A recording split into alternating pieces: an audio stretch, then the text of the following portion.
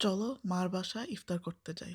স্বাগতম সবাই। আমার মা অনেক কিছু আয়োজন করেছে। 4:30 আমি চাকরি থেকে ছুটি নিছি রেডি হওয়ার জন্য। সাজগুজ করার পরে মার বাসা রওনা দিয়ে দিছি। আলোতে আমার সাজ অনেক সুন্দর লাগছে। সূর্যাস্তর সময় মেঘগুলো দেখতে খুব ভালো লাগে। মার বাসা ঢুকে আজান দিয়ে দিছে মাগরিবের জন্য। তারপর ইফতার করা শুরু করছি। আম্মু অনেক কিছু আয়োজন করেছে আমাদের জন্য। পেঁয়াজু করেছে, সালাদ হালিমের জন্য, ডাল, পুরি, সিঙ্গারা, রোলস, ছোলা। আম্মু খাসি হালিম রান্না করেছে, একটু পাস্তাও করছে।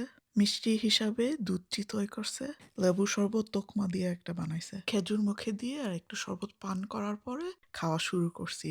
রোলস দিয়ে শুরু করছি, মনে হয় আলু আর বাঁধাকপি দিয়ে করছে। আমার মার সিঙ্গারা খেয়েছি। আমার মার সিঙ্গারা লবণাক্ত, সুস্বাদু আর খুবই দারুণ হয়। তবে আমার মা প্রায় সময় বলে ওর সিঙ্গারা হয় না। সত্য কথা, আমি অন্য মানুষের সিঙ্গারা খেতে পছন্দ করি না মার ছাড়া। আমার সবচেয়ে প্রিয় ডালপুরি, আর মার ডালপুরি খুব মজা হয়। আর আমি তেঁতুলের চাটনি দিয়ে খাই সবসময়। আমার মার বাসা সবসময় তেঁতুলের চাটনি থাকে, কেচাপ দিয়ে না খেয়ে তেঁতুলের চাটনি দিয়ে সবকিছু খেতে পছন্দ করি।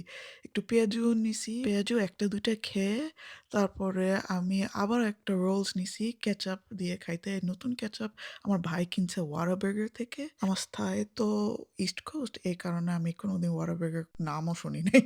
তারপর একটু বুট মুড়ি নিছি। বুট মুড়ি দিয়ে আমি একটু পেঁয়াজু সালাদ খেতে পছন্দ করি। আমার মার টমেটো সালাদ খুবই মজা হয়। আমার মা ভাই একসাথে আমরা হইলে আমার সবাই পচায়, এমন হইচই শুরু হয়। আমাদের পরিবারে এমনই, পরিবেশটা এরকম মজা হইলে মানে সময় কাটানো যায়। শশা পানি টানি খেয়ে আমরা একটু রেস্ট নিছি। আমার জামাই খাওয়া দাওয়া করে এমন গভীর একটা ঘুম দিছে। তারপরে নামাজে দাঁড়ায় গেছি। নামাজ পড়ার পরে আমার একটু হালিম খাওয়ার মন চাইছে। হালিমের উপরে আমি একটু তেঁতুলের চাটনি দেই, একটু সালাদ দেই, শসা, টমেটো, পেঁয়াজ, আদা, ধনিয়াপাতা আর মরিচ। হালিমটা তৈরি করার পরে আমি বসে গেছি খাবার নিয়ে। আর খেতে খুব দারুণ হয়েছে। আমার মা হালিম খুব মজা লাগে, খাসি হালিম করছে, গম টম দিয়ে করছে। প্লেট মনে হয় কাঁচায় খেয়ে ফেলছি। আর মাকে জানাইছি খুব মজা হয়েছে।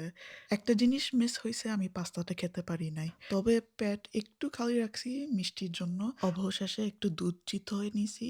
অনেকদিন পর হয়েছে দুধ চিতই একটু খেলাম। আমার মা খোলা পিঠা আর একটু দুধ দিয়ে একটা মিষ্টি করে ফেলে। আলহামদুলিল্লাহ সবকিছু সুস্বাদু হয়েছে। আমার মা এত কিছু কিভাবে তৈরি করে আমিও জানি না। অবশ্যই আমার মাকে অনেক ধন্য জানাইছি। ছোটবেলায় এইভাবে আমাদের ইফতার হইতো। এনিওয়েজ, পরে কথা হবে। টাটা।